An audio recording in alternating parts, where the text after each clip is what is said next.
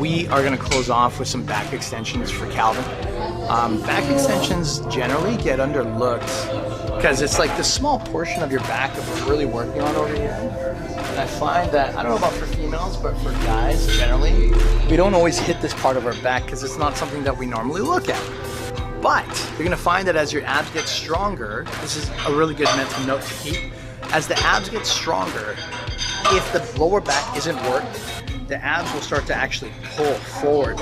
And as it starts to pull forward, the lower back gets pinched. If the lower back gets pinched, you might find that you end up with a bit of a bulge in the front, which isn't even so much to do with body fat, but more so the fact that the muscles are pushing and protruding the abs too far forward, which can cause all sorts of problems later on.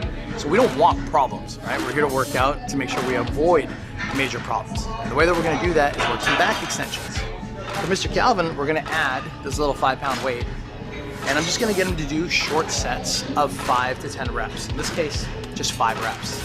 And all we're gonna do is we're gonna hinge your feet right here. We're gonna make sure that before we start, this sits just above the groin, around the waist. So that way, this portion of our stomachs is exposed. And to keep this nice and simple, we're literally just gonna hold, and we're only gonna go up as far as being straight. Shoulders get pulled back, so there's not a dip in the back. Back is straight from the shoulders being pulled. And he's literally just carrying this motion up and down 5 times. One thing to watch out for that I find is challenging, especially if done repeatedly, is when sometimes we do the workout and then I'm not gonna do it without my hands so I don't wanna hurt myself, but when we overarch, the spine ends up getting overextended this way. And if done repeatedly over time, it can cause a little bit of damage in the lower back. So again, for safety, I usually get everybody to just flatten out the back. So once they're straight, they can just go back down. It's a small hinge motion, which is all you need in order to feel that burn in the lower back. So, Mr. Cal. All right, here we go. That's it. 1, 2, right there, 3. Right. 5, nice. 1, shoulder back. 6, good. That's a big guy. 7, 8. Good job, brother. 9, good. One more. 10, nice job. Awesome workout as usual. Worked all sorts of parts of the body, which I always appreciate rather than always just necessarily focused on one thing. Keeping it different. I feel almost every time we work out together, there's always a new exercise, a variation of what we've done in the past. It keeps it new and fresh, so that you're not kind of stuck in certain ways and kind of get bored or become complacent with your exercises as well. So that's key for me. Like that's one thing that I always enjoy, is that every time we work together, it's always going to be something different or something I've seen, but always a variation. So I want to close off by saying today was a really good session with Calvin. A really good session because every time we try something different, something new, he's always game for it, always tries his best, and always pushes himself to a point where he's tired, not overly tired. He can still walk out of here, kind of, hanging onto the side of the rails Not of the stairs. Not without a little whining though. There you go, a little bit of whining, just something we all do, right?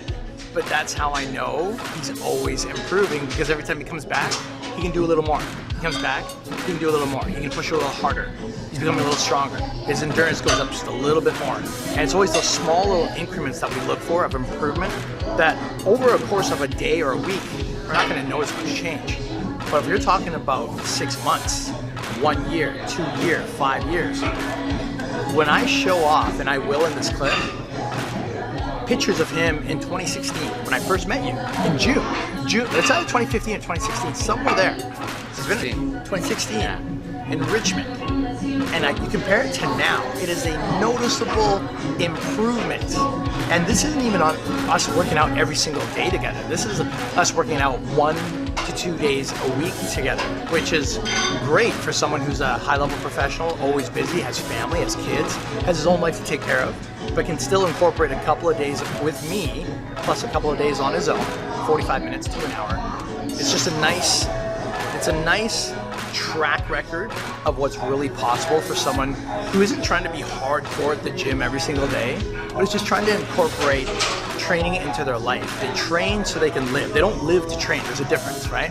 And if you're that kind of person watching this video who's like, no, I live to train, that's cool. I respect that. Some people out there are high-level athletes, and that's awesome. But for guys like Calvin or like myself that are just trying to work and enjoy our life, but we want strength, we want endurance, we want a way to enjoy our life, but we need the energy and the vitality to do it, I want to suggest really quick and challenge you that if you haven't found a way to incorporate gym into your life or some form of fitness where it's not hours and hours on end, but 45 minutes, an hour at a time, a couple of days a week, 2-3 days a week. If you haven't found that way, I suggest that you find a way. I want to challenge you to find that way. Because once you do, everything that you find challenging becomes easier.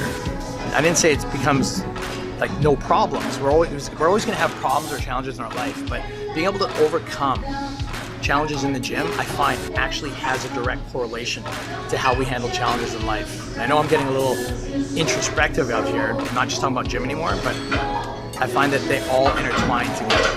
As we become better here, it just helps me become better out there. If you want to add to that, go ahead. No, Al's absolutely right. It's not just exercise, it's a lifestyle, because the whole point is trying to live a healthy lifestyle for yourself, for your family, for your kids. This is all part and parcel: how you eat, how you exercise, how you take care of yourself, mind, body, spirit, all of it. Yeah. Awesome. So.